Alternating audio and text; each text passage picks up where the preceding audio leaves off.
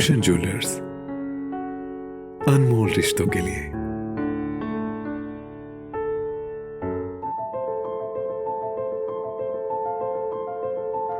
हिमाचल प्रदेश में corona curfew की मियाद अब 31 मई तक बढ़ा दी गई है। सरकार कोई रिस्क फिलहाल नहीं लेना चाहती है। यही कारण है कि अभी इस माह तक बंदिशें यथावत जारी रहेगी। आज मुख्यमंत्री जयराम ठाकुर की अध्यक्षता में प्रदेश कैबिनेट की बैठक हुई, जिसमें काफी मंथन व चर्चा हुई कि भले ही अभी मामलों में कुछ कमी आ रही है, लेकिन डेथ रेट चिंता देने वाला है। इसलिए कोई रिस्क फिलहाल छूट देकर नहीं उठाया जा सकता। इसलिए ये निर्णय हुआ कि कोरोना कर्फ्यू आगामी 31 मई तक जारी रहेगा। अभी ये बंदिशें यथावत जारी रहेगी। कोई बदलाव आने वाले दिनों में किए जा सकते हैं।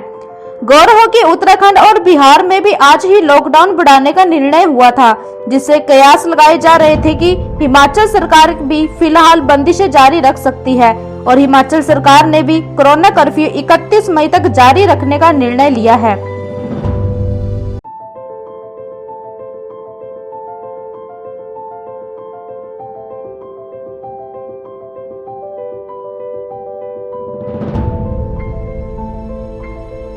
जो रिस्ट्रिक्शंस लगाई गई हैं ये कायम रहनी चाहिए ताकि ये नंबर और तेज़ी से और नीचे आए।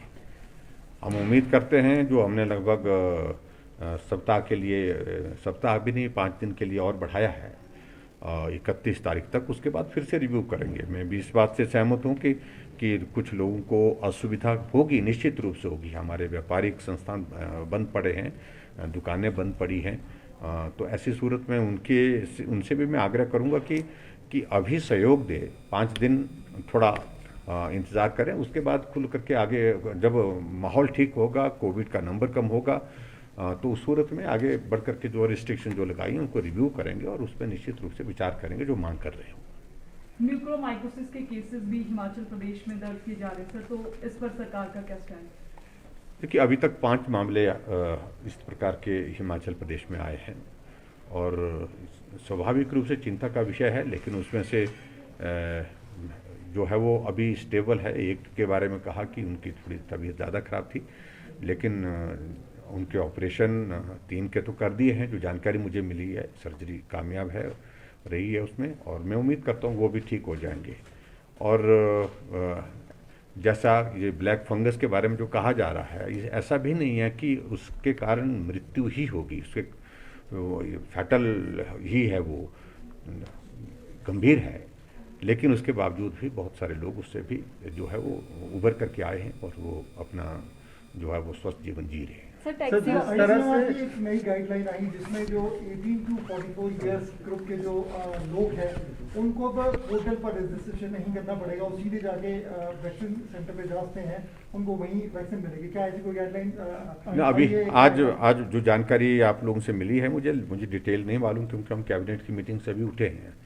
तो ऐसी सूरत में कोई भी इन्फॉर्मेशन होगी वो हम ये करेंगे, लेकिन फिर भी हम इस बात को सुनिश्चित करेंगे हिमाचल प्रदेश में 18 से 44 साल की आयु के लिए जिनको हम रजिस्ट्रेशन के बाद जिनको बुलाएंगे वही लोग आएँ, क्योंकि ज़्यादा संख्या में आएंगे और वैक्सीन वहाँ पर उस तरह से उपलब्ध नहीं, अगर उस तरह से हो पाएगी तो कठिनाई होगी, वो हम नहीं चाहते हैं।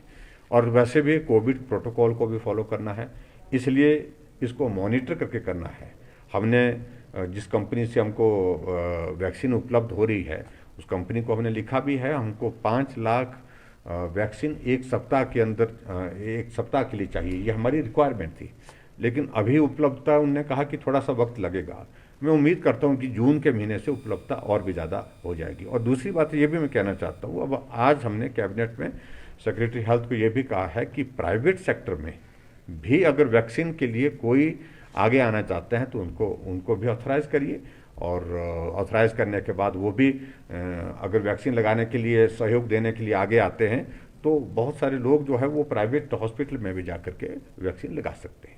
कोविशील्ड के अलावा क्या कोवैक्सीन या जो हमने इसको बिल्कुल जो प्राइवेट सेक्टर के लिए बिल्कुल इसको खुला रखा है, और उसमें उनकी उपलब्धता को लेकर के भी हमने ये जो स्पुतनिक है और कोविशील्ड है उनकी उपलब्धता क्या है इसके लिए भी हमने सेक्रेटरी को बोला है आप टेकअप करिए, उसके बाद अगर वहाँ से भी उपलब्ध होती है तो हमें उसमें कोई दिक्कत नहीं, उसमें भी सर टैक्सी ऑपरेटर्स ने अपना कारोबार छोड़कर जो है उसमें सब्जियां, गाड़ियों में सब्जियां बेचना शुरू कर दी है। उनका ये कहना है कि हमारे जो है वो टैक्स सरकार माफ़ नहीं कर रही है और हमने जो है अपनी किश्तें भी अदा करनी है, इसलिए हमने ये कारोबार अपनाया है। सर कुछ उनका मामला हमारे पास ध्यान में आया है, मैं मानता हूँ वो बहुत परेशानी में है, कठिनाई में है। ऐसा एक वर्ग नहीं, बहुत सारे अन्य भी वर्ग हैं जो परेशानी में हैं, लेकिन परिस्थितियां आपके सामने हैं जिस प्रकार की।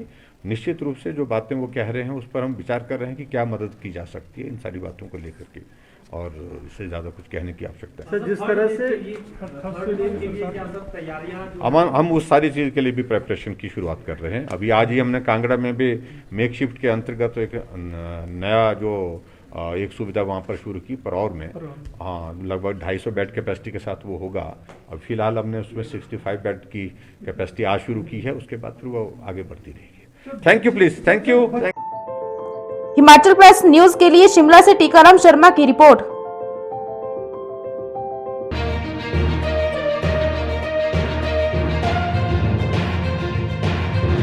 पिया तो रखे सा अभिमान,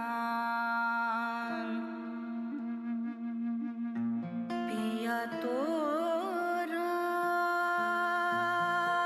बीती यादों से नाता सहेजना सीखा, हाथ थाम कर जिनके चलना सीखा, गिरने लगती जब तो उनसे संभलना सीखा। पिया तो रखे सा अभिमान, उनकी डांट से खुद को तराशना सीखा। पिया तो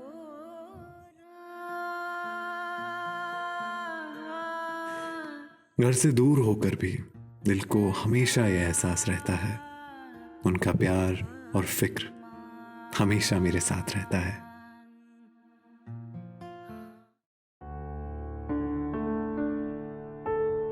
भूषण ज्वेलर्स, अनमोल रिश्तों के लिए।